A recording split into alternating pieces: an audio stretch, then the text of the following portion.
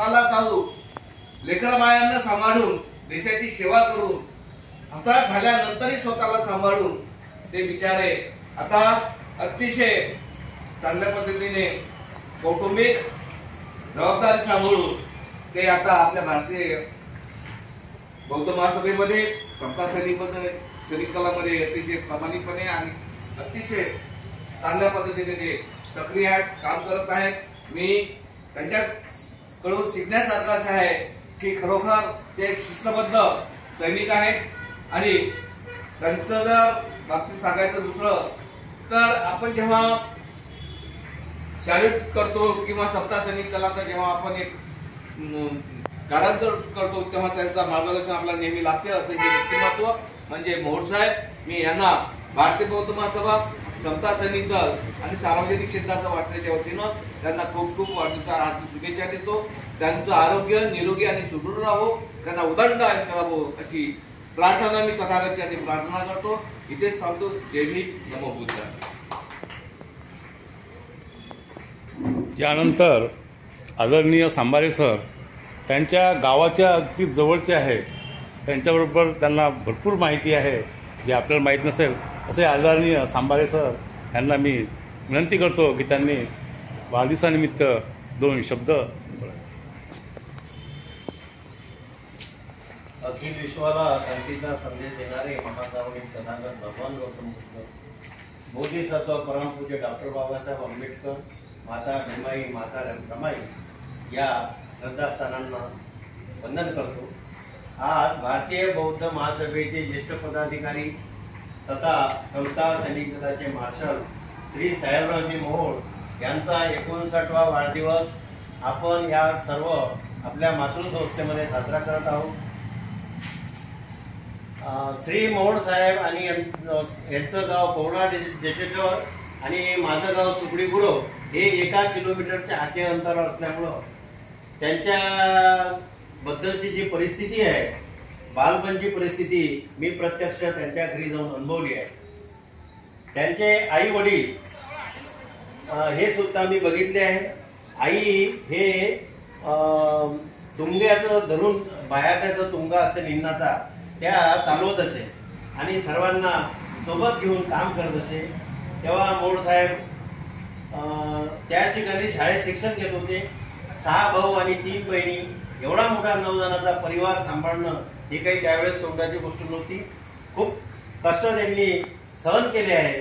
मी जवळून हा प्रसंग पाहिला आणि त्यांनी शिक्षण घेतले आणि मिलिटरीमध्ये जेव्हा ते भरती झाले तेव्हा त्यांनी देशाची सैनिक म्हणून देशाची सेवा केली आणि त्याच्यानंतरही त्यांच्यावर अतिशय कठीण प्रसंग आले. त्यांची पहिली पत्नी जेव्हा मृत्यू झाला तेव्हा सुद्धा मी त्या ठिकाणी हजर होतो. तो प्रसंग सुद्धा मी माझ्या डोळ्यानं प्रत्यक्ष त्या ठिकाणी अनुभवला. एवढे कठीण प्रसंग येऊनही सुद्धा ते पुन्हा सावरले आणि त्यांच्या नातेवाईकांनी पुन्हा सुद्धा त्यांचा संसार उभा केला. आता मुलं बाळ वगैरे सर्व आहे. आता त्यांचं व्यवस्थित चालू आहे. आणि अशा मोहोळ साहेबांना बौद्ध सभेचे पदाधिकारी, समता सैनिक दलाचे मार्शल यांना मी बौद्ध महासभा, समता सैनिक दल, वाचनालयातर्फे आणि माझ्या फॅमिलीतर्फे मोहोळ साहेब तुम्हाला खूप खूप शुभेच्छा देतो. तुमचं आरोग्य चांगलं राहो, तुम्हाला उदंड आयुष्य लाभो अशी तथागतच्यांनी मंगलकामना करतो. आणि गोवर्धनजी रामटेके कवी हे आजारी असल्यामुळे त्यांनी कविता मोठ्या कष्टाने तयार केली आहे. माझी कविता तुम्ही या ठिकाणी म्हणून दाखवावी असं त्यांचं मत आहे, तर मी ती कविता वाचून दाखवतो.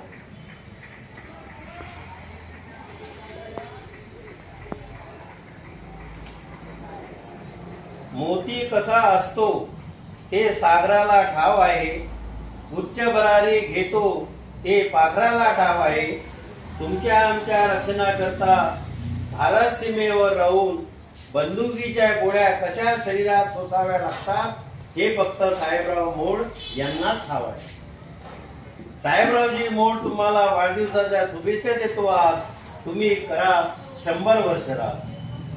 6 भाऊ व 3 बहिणीचे एकत्रित कुटुंब होते. शिक्षणाच्या बाबतीत कोणतेच मार्गदर्शन नव्हते. शाळेत जाण्याकरता चिखल व काटेरी वाढ होती. तुम्ही तरी शिक्षणाची जिद्द सोडली नव्हती. त्यावेळेस तुम्ही करीत होते शिक्षण घेण्याचा ध्यास. वाढदिवसाच्या शुभेच्छा देतो. 10वी पर्यंतचे शिक्षण तुमचे ग्रामीण भागात झाले. पुढील शिक्षणाकरता तुम्ही शहराकडे वळले. तुम्हाला आर्मीच्या भरतीचे प्रोव्हिजन कळले. आर्मीमध्ये तुम्ही कोणत्याच कार्यात मागे नाही सरले. इंदिरा गांधी प्रकरणात, कारगिल प्रकरणात तुम्ही नाव कमावले. देशाच्या रक्षणासाठी तुम्ही तुमचे प्राण अर्पिले.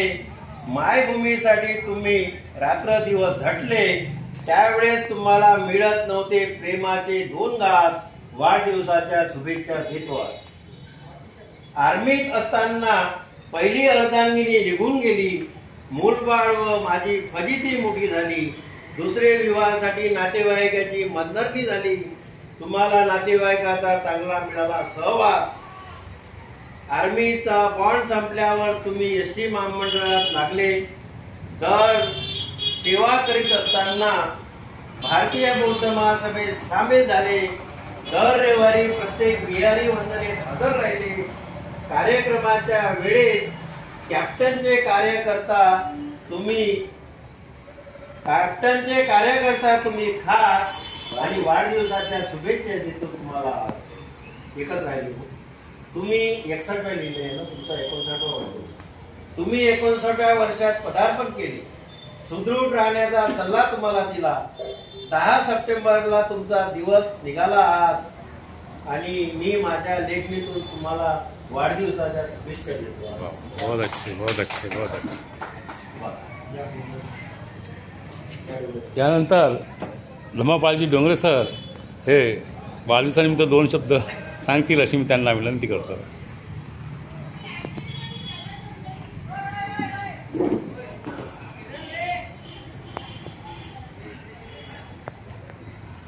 बौद्ध धर्माचे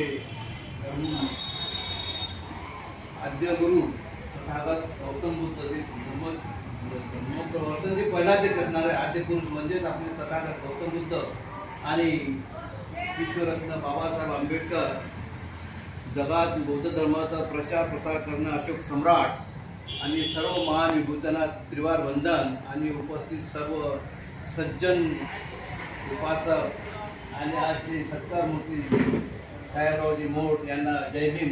सर्वांना जय भीम.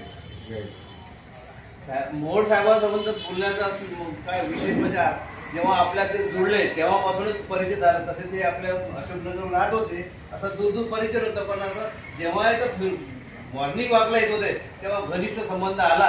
आणि मिलिटरीवाल्याच्या जे सैनिक विचार जे असते, सैनिकांची विचारधारा जी असते ती एक वेगळी असते. वाटण्यात असं आलं की सैनिक हे एकदम शिस्तबद्ध असतात आणि ते शिस्तबद्ध असतात, पण ते आपल्या आचरणात त्यांच्या फॅमिलीवर लादवतात.